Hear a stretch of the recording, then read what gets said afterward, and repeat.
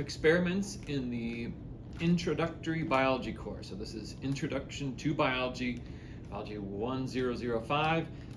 If you're in a different course, this is not the explanation for your kit. There are different experiments done in different courses, so find the correct one for your course if this isn't the correct one. So what I'm going to do is pull things out of the kit, and I'm going to talk specifically about labs. I'm going to reference the list that you're going to have in the syllabus of all the different experiments you have to do, roughly timeline of when you should do it, the point value of them. Very, very briefly, I'll talk a little bit about instruction guides that you're going to have, written instructions, and then little visual instruction guides to setting up the experiments. And then we're going to talk about the kit, what's in it, and then what sort of things you have to provide yourself to actually do these laboratories. So one of the first things on the list is just a worksheet. So what you're going to find is that there's going to be different point values for all the different experiments you're going to do in lab. Some are, if they're just a worksheet, they're not going to be worth as much. If they're an experiment, they're going to be worth more. If they're an experiment that takes place over a long period of time, then they'll be worth even more points, because it might be that you have to collect data every day for 2 weeks. So it's not just a one-time thing and it's done in half an hour. You'll set it up and it might take a half an hour to an hour to set up. And then every day you're gonna have to spend a couple minutes to half an hour or more to check on things and collect data. So it'll be an ongoing thing that you're gonna be doing. And so you're gonna get a lot more points for that because it's a lot more work. So it is scaled in that sense. So there's just a worksheet on how does a microscope work. And that's one of the first things. But the first lab that's really on here is going to be called, this sheet says vital staining of yeast cells, but it's really the effect of sugar on growth of yeast. So you're going to get a test tube rack like this. Okay, the code will bring you to the YouTube site to look at more video instructions. And I'm just going to be pulling things out of this kit here, dumping it out and stacking them up here as we use them. And I'll talk about what labs they relate to. Okay.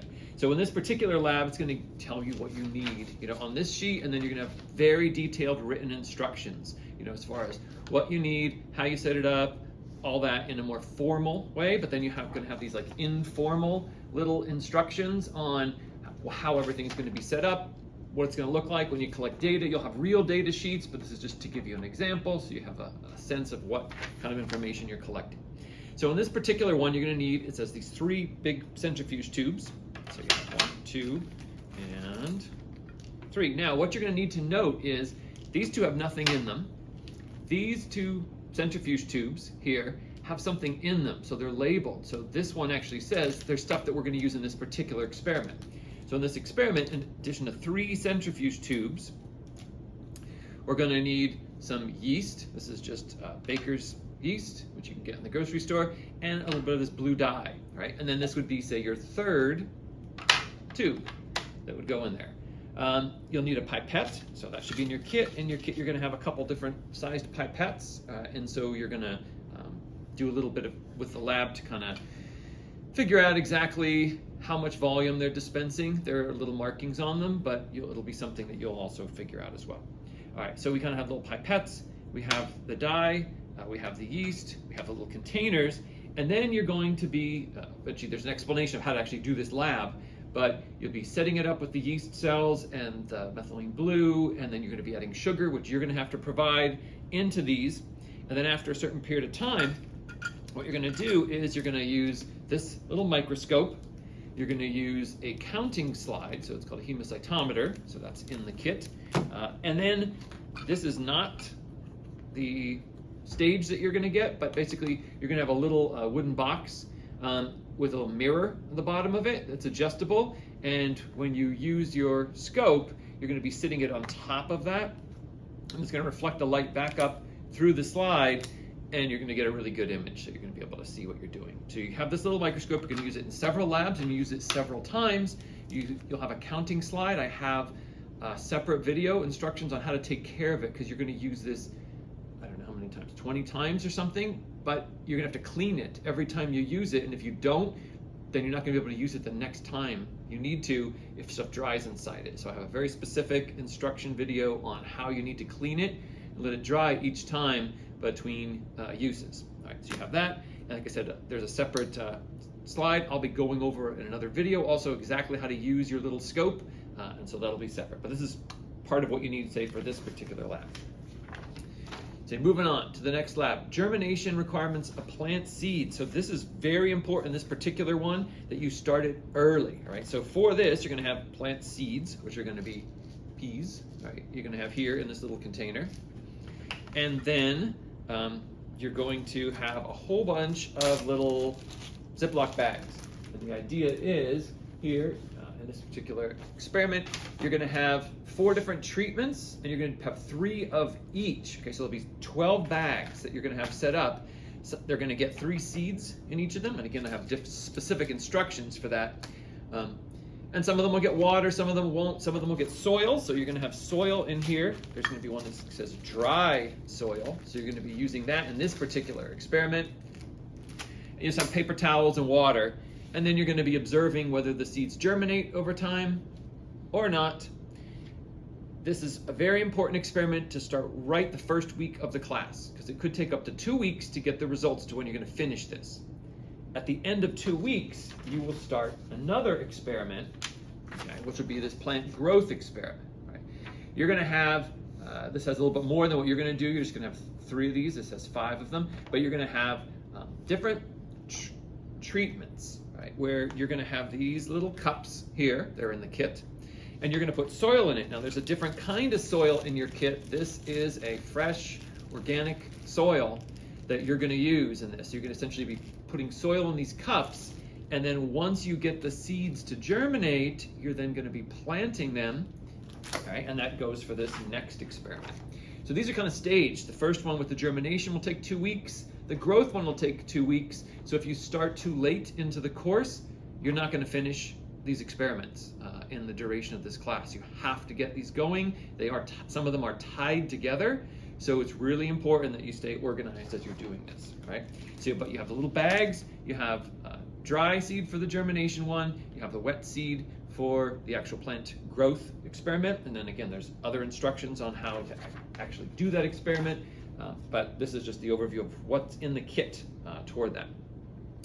pH testing and adjusting soil pH, so it's kind of related to this one. So you're going to have in your kit a bunch of test strips, and you'll also have some extra. So with these little medicine cups, you'll have a bunch of them that you'll be using in the plant experiment. Obviously, when you're using them, you can't use them for anything else, but there are extra ones that you'll be able to use for other labs, like this one where you're going to be getting household solutions.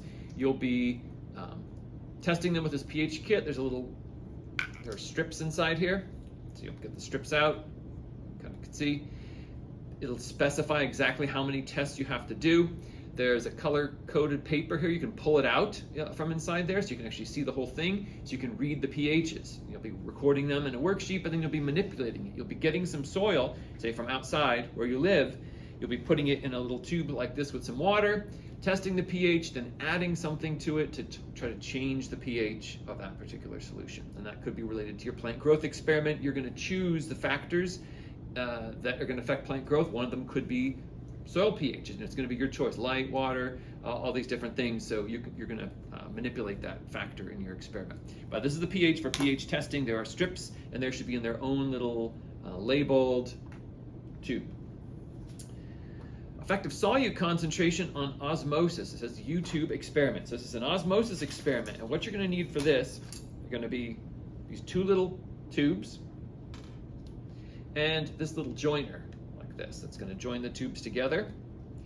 Well, I could just put it together like this for now, but when you actually do the experiment, what you're going to need to find also is something called dialysis tubing. So you're going to find in another tube, it says dialysis tubing. So it's very transparent, you can't see it, but there is a little, it looks like a little piece of clear plastic. Okay, this is dialysis tubing. And again, I'll explain exactly how to do this in the lab instructions, but just don't lose that because it's very important for this experiment. You're going to cut it up, you'll be sandwiching it between here and creating a U shape like this. You'll be putting this in your test tube rack when you're doing the experiment. And then you'll be putting liquid into one side, liquid into the other side. One would be, say, pure water. The other will be a sugar solution that you will make, and then you're going to observe the level of the water changing in this little tube based on osmosis, water movement from one side to the other. So it's something that we're going to test. So that's part of the kit as well, these little tubes, and that's in the osmosis one. So you should have dialysis tubing and these extra little bits here. Catalase concentration on the rate of reaction. So for that, you're going to need a potato, which you're going to have to get on your own, blend it up. You're going to have some filter paper to kind of filter it out. You'll collect it. Again, you'll be using these little cups to make some dilutions. And then you should have another tube that says 20 discs, and you're going to have some forceps. And so what you're going to do is then you're going to be soaking these discs in the potato juice that you filtered and made. You're going to make dilutions, so they're going to be different concentrations of it. And then you're going to get a tube, so one of these tubes that isn't being used for something, and put hydrogen peroxide in it. So it's something that you will have to buy, will be the hydrogen peroxide. I will have a separate list, a specific shopping list of what exact things that are not in the kit that you need for these labs. Okay, I'm just kind of talking about some of them now. And you'll be dropping the discs in here, and then sometimes they'll float up, sometimes they won't. You're going to be timing it and observing whether they do that or not. But so for that particular lab, you'll need a tube, you'll need the discs, and you'll need a little forcep to do it, and then a couple other things that you have to provide, on your own. Sugar concentration on the rate of fermentation. Okay, so for that, you're going to have to buy more yeast. So the yeast in here isn't enough. You're going to have to provide some bottles of some sort. So they could be glass, like soda bottles like this. They could be plastic water bottles, but you're going to have to provide those. And how you're going to be setting them up, we're going to put the yeast and water and sugar, which again you'll have to have in these little bottles. And then in your kit, you have a bunch of balloons, right? So you're going to be capping the bottles with the balloons. And then if fermentation takes place and carbon dioxide is produced, the balloons will blow up. And then to quantify this, you're going to then use this little piece of string. You'll kind of wrap it around the balloon to measure the circumference, and then I'll be giving you a way to do a calculation. You're going to calculate the volume, of it, and then you'll be there's a little ruler in here to do some measuring. You'll use this ruler for your plant growth experiment when you're measuring the plants when they grow, so you'll have that provided to you, and then you'll do the calculations on this fermentation lab as well. So the next we have light duration on algal cell density. Okay, so for that you're going to need 3 tubes. So now if some of these this is empty, this one's empty, this one had the little discs in it. You would have already used the discs for a previous experiment, so it now should be an empty tube. You're also going to have, it's not going to be in the bag, right? When you come and pick up your kit, there's going to be a separate little test tube, and inside it are going to be live algal cells, right? And so you need to have those because you're then going to be putting them into these. You're going to put some water in here, then you're going to put the algae cells in here, and then you're going to treat them. One of these is going to get covered with aluminum foil. So you can kind of wrap this foil around it. That foil is in your kit. And it's going to stay in total darkness. Another one, so you'll tear this off, so you get a little extra. You'll cover also in the foil, but for this one, you're going to be removing the foil and then putting the foil back on every 12 hours. So it'll be getting light, and then it'll be in darkness, and then it'll get light, and it'll be in darkness. And the other one is just going to be in light. So you're going to have to get a little desk lamp or something. You're going to shine the lamp on these 3 tubes, and they'll be sitting again in your test tube rack. Once all these other experiments are done, you'll have these sitting in here. Yank those guys out. And then you'd have a light trained on this, but one of the things would be constantly getting light, one of them would be always in the dark because it's covered up like this, and then the other one you're going to be manipulating each day. And then you're going to come back to needing your counting slide and microscope and stage, and then you're going to count the cells in each of the cultures and see if over time they change based on the amount of light. Again, I go over the details of that, but what you need is here in this kit. For some of these labs, in part of the instructions, say for adding the yeast or other things, you're going to need to measure things out. So there's this tiny little measuring spoon that should be in your kit. And I'll tell you again in the specific instructions how much of whatever it is that you need to add to a particular solution, or of the yeast, or of these little brine shrimp eggs, or whatever it is that you're going to need. You'll use that measuring cup to measure those things out. So the next one would be separation of plant pigments with chromatography. So you will have in your kit, and this one is good that I'm doing this right now because I'm also checking through these things. You're going to have a tube, and it's actually missing from this particular kit, which is good because I'm kind of, this is several days before people are going to pick these things up, so I'm checking it as well. So inside your kit, though, you'll have a couple pieces. You'll have a tube like this, and in that tube will be little strips of paper, and then there'll also be a little bit of solvent. And for some of those, you're going to be using your own solvent, so say like isopropyl alcohol or water or other things that you have handy in your house. And then for another one, you're going to be using the little bit of solvent that's inside this tube. So it's going to be sealed and locked inside here. But it's going to be its own tube sealed, and it's going to be sealed inside here. So when you take that out, it's something that will be used, and there'll be instructions in the chromatography experiment. But I just have to note that is something that I need to check on. So I'm just going to write down here that this is missing from this particular kit. So we'll get that. Make sure you're going to have it. Just get little white strips of paper you'll find inside the kit. Next one here says identifying stages of mitosis. That's going to be more of a worksheet, but there's data collection with it. So they're going to be just photographs that you're given from a microscope of slides that have mitosis happening in some of the cells and not others. You're going to have to identify stages, and then you're going to have to compare different types of plant tissue and then count the stages in the different tissues, and then do some calculations to compare like how many are in one stage and how many are in another stage, and then compare the tissues to one another. So there will be data collection with that, so it's worth a little bit more than a standard worksheet. You could be setting up an experiment with hatching Artemia. So you will have in your kit a tiny little tube. I think I had it here. I lost it, so make sure you don't lose it when you open up your kit. So it'll be a tiny little tube like this, but even smaller, okay, with little brown particles in it that are cysts from brine shrimp. And again, I don't know why I'm not seeing it. Sitting here on the table. Oh, here it is, sorry. So it's very small, right, like this. You can see it's even smaller than this one. And you're not really going to use much. Even this tiny amount is way more than you need. You're just going to be using a really small amount and putting it into the cup. You're going to come back to using these bigger tubes. You're going to be putting it into them, and then this algae experiment will be over by the time you're ready to do that. So you'll set them back up in here. And then you're going to be looking at salt that you add to them and how that helps them or doesn't help them hatch out. And you'll see these little tiny shrimp, and you'll be able to pipette them into these tiny little dishes, and then look at them just with your naked eye. You'll be able to look at them through the microscope. And then I'm going to have a special slide that's not in here right now, where you can make it a little bit easier to count them. They're too big to be counted on this slide, so you're going to have a separate little slide to do that. So you will find a tiny little tube with these little Artemia cysts in it, and it'll be labeled Artemia, A-R-T-E-M-I-A, okay, written on that tube.